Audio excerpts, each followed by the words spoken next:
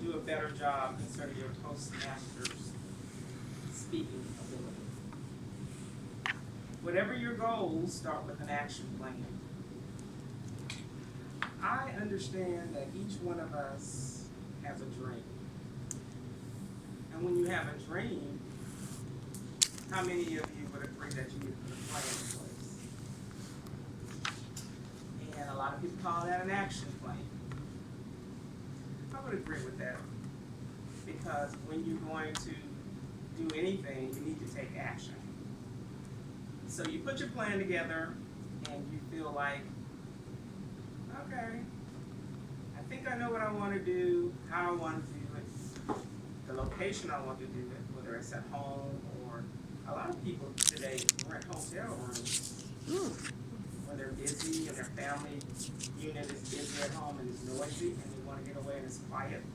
They go to a hotel room because they don't feel like they have enough space in their home to put a plan together. Or actually when the plan is put together, that they can actually do the tasks that's required to meet their goals. So now we know we need an action plan. We need to set goals and we need to have a vision. And would you agree that long before it takes place, you have to see it, you have to visualize? For me in my house, I firmly believe that visualization is a very necessary component of reaching your goals. For example, in 2015, I was part of a 21 group of women, 21 of us, that wrote a book. Each one of us had a chapter in the book, so it was called a book compilation. So I labeled my action plan book compilation, where I literally set time frames and timelines to meet my goal. So I started in May, and my goal was to have my book compilation, my chapter of the book compilation completed in September, to present it at a women's conference. I belong to a entrepreneur group, and in that group is a bunch of business leaders, mostly women. And so each year we have a presentation of a book compilation. Sometimes it's 21, sometimes it's 10, sometimes it's 15. So in order for me to meet my goal from May to September, starting in May, wanted to be complete by September. I set the goal of being complete by August, so it would give me time to proofread, edit, and anything else that was necessary. Decide what outfit I wanted to wear, and so forth. So that worked for me, and I was able to participate and get those books sold, even though I had co-authors.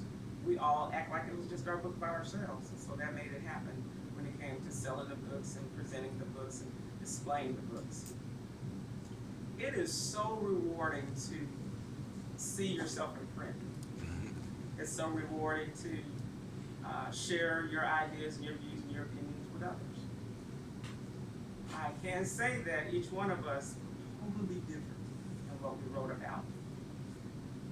What I wrote about was tackling the pursuit of happiness from the South to the West.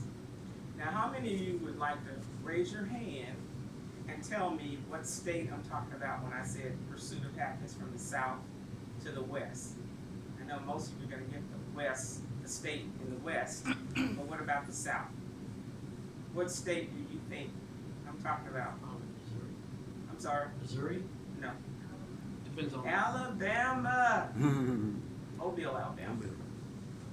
You don't see Mobile, Alabama, Georgia, Mississippi, any of those? Yeah, I was thinking of Mississippi. Texas.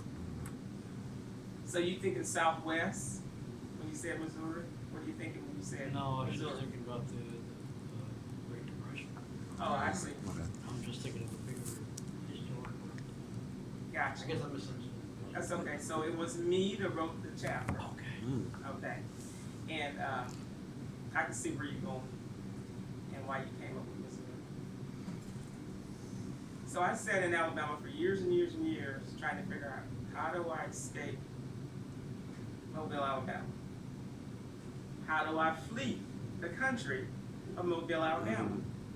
And I would literally sit on our screen porch and say, okay, I'm looking at the cars, and I know what car I'm gonna get when I grow up, because I can see, you know, Mustang, Buicks, Chevrolets, Mercedes, Volkswagen. Now I want a Mercedes. And all my friends would say, nobody has a Mercedes except for old people. And I would say, by the time I get one, I'll probably be old, but that's my goal. So I set my sights on that car. And in order for me to have the car of my choice, I had to make a decision. How much am I gonna pay for that car? When the dealer comes out and he says, what car do you want? And I tell him, and I slip him a piece of paper with the amount I'm going to pay. But he insists that he has to go talk to his boss. I said, talk to your boss all you want to, because I clearly am only gonna pay this amount. I guarantee you, by the time we're finished with this transaction, that's all I'm gonna pay. I know, but I need to talk to my boss about it. I said, well, you know, let's cut out the middleman. I will talk to your boss. There you go. And he will see that I'm only gonna pay this amount. So that was my goal, to go in there and pay only a certain amount, not anymore. So of course, I ended up paying the amount, because they would much rather have a sale than no sale at all. But you have to be persistent. And it was my goal to continue to be persistent. So with that in mind, the example that I gave you can be useful in Toastmasters, in your daily lives at home, your personal lives, as well as your academic and professional lives. Madam, Mr. Toastmaster, that includes your speech for today.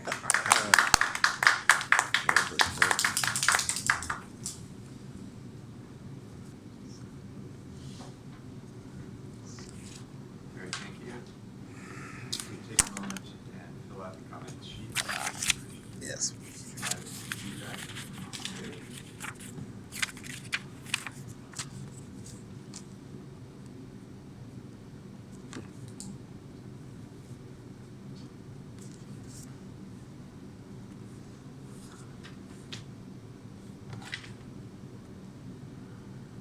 Do we have a speaker?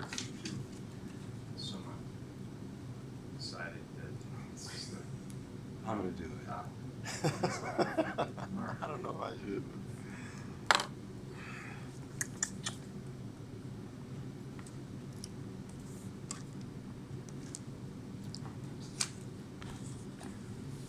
I could try it. I don't know. You sure? I mean, I'll give it up. I was gonna do it. Oh yeah. You Yeah. sure? No. Yeah. Oh. No. Oh, yeah. Oh, okay. If you want to. I didn't realize. Yeah. Oh, no. it's okay. Yeah. No.